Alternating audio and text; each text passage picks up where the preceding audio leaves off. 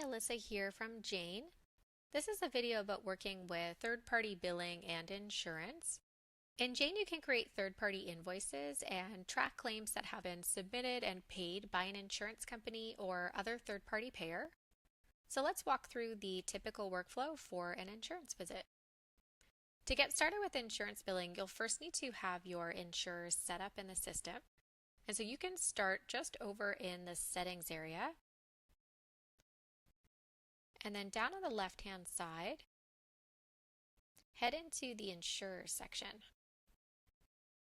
This is where you can see a full list of your insurers or third-party payers. So this would include any lawyers or schools, anyone that might be paying a portion of the patient's visit. You can create a new insurer or edit an existing one. When you are creating a new insurer, option number 1 is for regular insurance, third-party payers, or lawyers. You can start by giving the insurer a name. So let's set up Great-West Life. You can optionally enter an internal name as well as a legal name. This would be if you wanted something a little bit different to identify the insurer. These can be specific by discipline if you need to.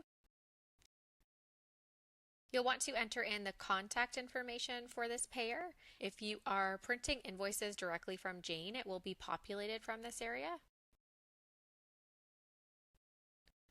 We have quite a few Jane users working with online portals to bill insurance companies, for example, Blue Cross or TELUS eClaims. If you include the portal address here, this allows you to launch the portal from the schedule to submit claims, so it can be quite helpful. Next, you'll need to set how the patient is going to be billed with this payer. The user fee is just a set fee regardless of how much is billed for the appointment. So if you would like to set a user fee for a patient for, say, $30 for a motor vehicle accident, you would just need to enter $30 here. By far the most common is patient pays remaining. This means the patient pays the remaining balance not covered by their insurance. So if it's a $100 visit, the insurance company pays $80 and the patient is responsible for the remaining $20. You then have a couple display preference options. So you can choose to display the deductible area if this is an insurer that requires a deductible to be paid. The percent coverage is a field that you can display for insurers that cover a portion of the visit. For example, if Great-West Life will pay 80% of the visit. There are also some cases that you might need to create no-charge invoices. This last setting is just for allowing you to choose if these invoices can be submitted or not. This is normally quite helpful if you are block billing. Okay, great. So once you have your insurer created, you are now able to create a claim for the patient.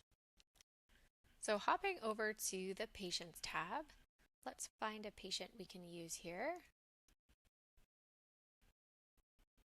You can enter in a patient's insurance information by heading to the billing area and then into claims.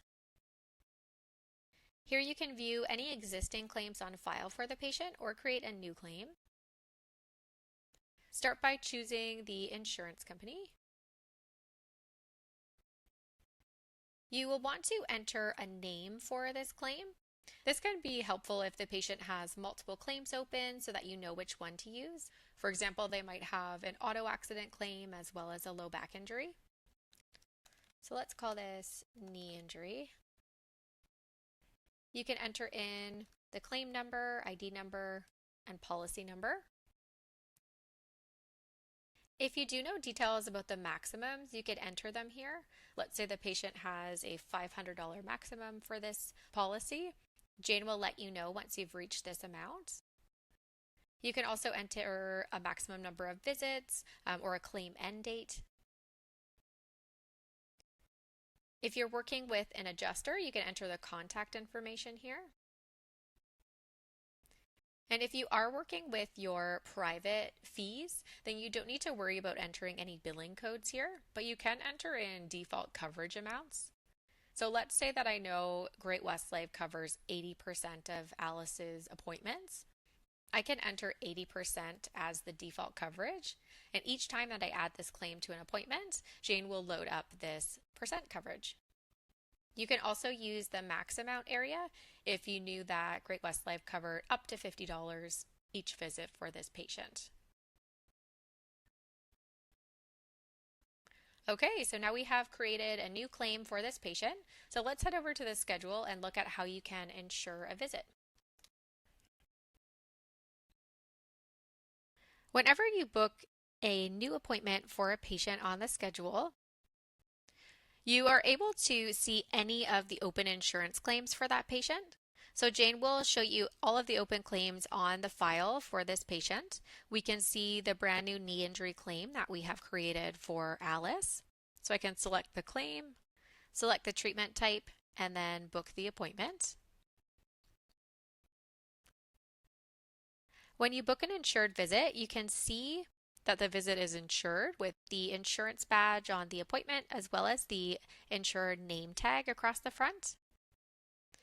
If the patient doesn't have their insurance claim set up yet, or you need to add the insurance information after the visit has been booked, you can do this just inside the appointment panel. So clicking on an uninsured visit, I can scroll down to the insurance info section, add a claim. So I can choose from an existing claim or add a new one. Let's load in this knee injury. Great, so if we open up the claim details here, we can see the details that we told Jane about this claim. So we can see that Manulife is covering 80% of the visit and that the patient is responsible for the remaining amount. So Jane has created two invoices here, one for the insurer and one for the patient. These are just the default amounts that we have set up, but you can feel free to adjust them here as you need to. Let's say that instead of 80%, Manulife is covering $50. You can change the amount and Jane will recalculate the patient total. If it's the patient's first visit of the year and maybe they need to pay a deductible, you can enter in the deductible amount and again, Jane will recalculate the patient portion. If you need to add on a secondary policy, you can do that just at the bottom here. So coming up to the top of the appointment, if I click Arrive, Jane is creating an invoice for the patient portion. So we can see Alice is owing now $50 for this appointment, and the rest has been invoiced to Manulife. From the main schedule, I can access all the claim information in one place without having to leave the schedule. So I can click on this Manulife claim. I am able to launch the portal using the shortcut button. So if I was submitting this claim through TELUS eClaims, I can then log into the portal. I'm able to view all of the claim details I need to submit this claim. Once I'm done, I can head back over to the appointment, collect payment from the patient, or I can scroll down and update any of the coverage details as I need to. If you would like to manage the submission of your claims throughout the day, you can do that over in the billing area. We have a section here for claim submissions. So this unsubmitted folder, this is an area that lets you know that there are claims that need attention. They need to be sent to someone. If you are looking to work with a single patient on the list, you can click to filter by that patient. So I can see that Alice here has 6 claims that need attention. If I wanted to select all of them, let's say I've now submitted these to the portal, or maybe I've printed them off and sent them to the insurance company, I can now mark these claims as submitted. They will move for me from the unsubmitted area into the submitted folder, and they can wait there until we receive payment from the insurance company. So let's say we have now received a payment from Manulife. I can head down into Manulife.